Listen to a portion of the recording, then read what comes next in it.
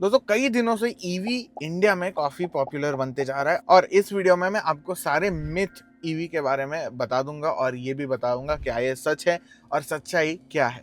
चलिए शुरू करते हैं। पहली मिथ है दोस्तों, ईवी गाड़ियां पेट्रोल और डीजल गाड़ियों के कंपैरिजन में ज्यादा आग पकड़ लेती है। दोस्तों अगर देखा जाए तो सच्चाई यही है कि पेट्रोल और डीजल गाड़ियां कंपैरेटिवली ज्यादा आग पकड़ लेती है when compare to EV. But क्या होता है दोस्तों, पेट्रोल और डीजल गाड़ियां नंबर में आजकल ज्यादा है तो हमें लगता है कि भाई ये गाड़ियां जलती नहीं है, बट चलने के चांसेस जो है वो ईवी गाड़ियों से जरूर ज्यादा है।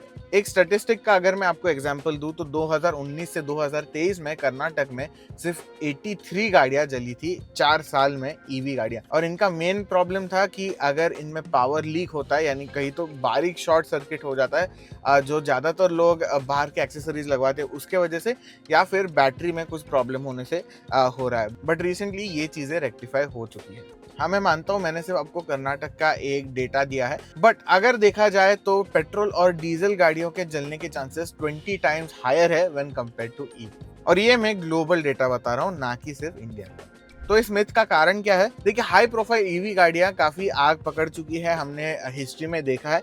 इसके वजह से सारे लोगों को लगता है कि भाई मेरी अगर ईवी गाड़ी मैं खरीदता हूँ तो वो गाड़ी जलनी है या फिर जलने के चांसेस काफी ज्यादा है, जो कि सच्चाई नहीं है। दूसरी मिथ है दोस्तों, ईवी की बैटरी 3-4 साल में या फिर 5 साल में खराब होने वाली है। देखिए, मॉडर्न बैटरी जो है उनकी टेक्नोलॉजी काफी आगे आ चुकी है, तो ये चांसेस अगर देखा जाए तो टेक्निकली कम हो गए। आप 3-4 साल सोच रहे होंगे, बट काफी मैन्युफैक्चरर 8 साल नहीं तो 1,60,000 किलोमीटर यानी 1,60,000 किलोमीटर की वारंटी भी दे देते हैं, तो आपको टेंशन लेने की बिल्कुल जरूरत नहीं है। देखिए, ईवी की बैटरी का 1.2% डिग्रेडेशन साल का होता है, तो अगर वो कैलकुलेशन आप ठीक से करते हो तो लगभग 15 साल आपकी गाड़ी की बैटरी टिक सकती है। इसका सोचने का कारण ये है दोस्तों कि पहली जनरेशन की ईवी जो थी, यानी मे बी 10 साल पहले की जो ईवी थी, उसकी बैटरी के टेक्नोलॉजी में काफी एडवांसमेंट नहीं हुई थी, क्योंकि तब गवर्नमेंट ने एक तो कहा नहीं था कि भाई ईवी हम ज्यादा सेल करेंगे, वो तो एक चीज होगी, और दूसरी चीज लोगों को उसका अवेयरनेस भी नहीं था, तो कंपनियों ने उस पर R&D नहीं करी थी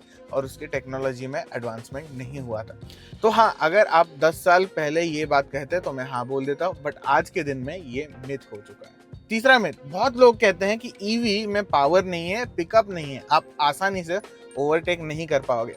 देखिए, ये भी मिथ हो चुका है। अगर आप आजकल की ईवी में और उसके आने वाला एक स्टैंडर्ड पेट्रोल या डीजल मॉडल खड़ा कर दोगे और उसमें रेस में आप उनको भगाओगे तो 100% ईवी जीतती है, क्योंकि ईवी में आपको 0 आरपीएम से ही 100% टॉर्क मिल जाता है, पूरा पिकअप मिल जाता है। तो आपकी गाड़ी, ईवी गाड़ी जो है वो तुरंत आगे बढ़ जाती है व्हेन कंपेयर टू पेट्रोल और डीजल गाड़ियों में। पेट्रोल और डीजल गाड़ियों में उनका आरपीएम बढ़ाना पड़ता है, बैंडविड्थ में आना पड़ता है, इंजन अगर टर्बो चार्ज है तो आपका टर्बो किक इन होने के लिए आपको रोकना पड़ता है। तो ये सारी चीजें ईवी में निगेट हो जाती है, 0 आरपीएम से आप एकदम लाइन से फरार हो जाते हो। इनफैक्ट दुनिया में सबसे फास्ट कार जो है वो ईवी है और लगभग 1.9 सेकेंड्स में ये 100 किलोमीटर पर आवर टच कर देती है। तो आप सोच सकते हो ईवी कितनी फास्ट है। चौथा मिथ है दोस्तों कि ईवी को चार्ज होने में बहुत ज्यादा टाइम लगता है। अगेन, ये मिथ होने का कारण क्यों है कि पहले जो गाड़ियां आती थी, ईवी गाड़ियां आती थी, उनमें चार्जिंग में टाइम लगता था। मैं भी मानता हूँ लगभग 10-12 घंटे लग जाते थे अगर आप पूरी कार चार्ज करना चाहते हो तो। बट आज के दिन में अगेन बहुत सारी एडवांसमेंट हो चुकी है, जिसके वजह से आप लगभग 1 घंटे में 80% चार्ज आपकी गाड़ी कर सकते हो। 1 घंटा मे बी 45 मिनट्स में भी आपकी गाड़ी फुल चार्ज हो जाएगी। आपकी गाड़ी पे भी डिपेंड करता है। देखिए, आज आपके नॉर्मल गाड़ियां जो है, महिंद्रा BE6 ले लीजिए, पंच ले लीजिए, कौन सी भी ईवी ले लीजिए, तो लगभग 120 किलोवाट आवर के चार्जर से कनेक्ट हो सकती है, उतने तेजी से चार्ज हो सकती है। इनफैक्ट ऑडी ने मुंबई के BKC में एक चार्जर लगाया जो 450 किलोवाट आवर के स्पीड से गाड़ी चार्ज कर पाता है। उनके गाड़ियां भी इतना सपोर्ट नहीं करती, बट उन्होंने फ्यूचर प्रूफ एक चार्जर लगा दिया है, तो आप सोच सकते हो कि और कितनी तेजी से गाड़ी चार्ज हो पाएगी। पांचवा मिथ ये है कि दोस्तों इंडिया में चार्जिंग इंफ्रास्ट्रक्चर नहीं है।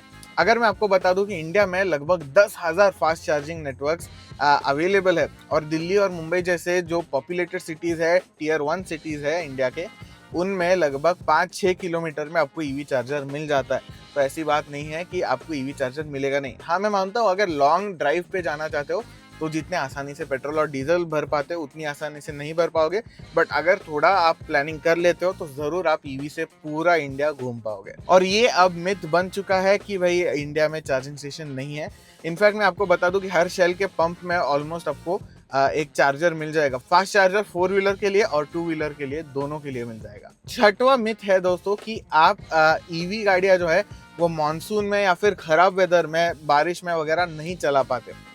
ये मिथ है दोस्तों। आजकल के बैटरी मोटर जो है वो पूरे इलेक्ट्रॉनिक्स काफ़ी ज़्यादा टेस्टेड होते हैं। इनफैक्ट बैटरी और मोटर जो है वो IP68 रेटेड भी होते हैं, तो वाटर एंड डस्ट रेजिस्टेंट होते हैं। तो ऐसे नहीं होगा कि भाई आप अगर पानी में चले जाओगे तो आपके गाड़ी से मे बी शॉर्ट सर्किट हो सकता है या फिर किसी और को शॉक लग सकता है क्योंकि पानी में है, या फिर आपको भी शॉक लग सकता है। ऐसी कोई चीज़ नहीं है, आपकी गाड़ी कहीं पे भी जा सकती है। इनफैक्ट रिवियन नाम की एक कंपनी है जो ईवी बनाती है, और उनने एक अच्छी ट्रक बनाई है जो आप ऑफ रोड के लिए भी लेकर जा सकते हो काफ़ी हाई स्पीड से। तो मैं कहूँगा कि ईवी गाड़ियाँ कहीं पे भी जा सकती है। इंडिया का ही मैं आपको अगर बताऊँ तो MG ZS EV जो है वो 450 मिलीमीटर का वाटर वेडिंग कर सकती है, यानी 450 मिलीमीटर गाड़ी पानी के अंदर जा सकती है। 45 सेंटीमीटर मैं आपको बता दूँ।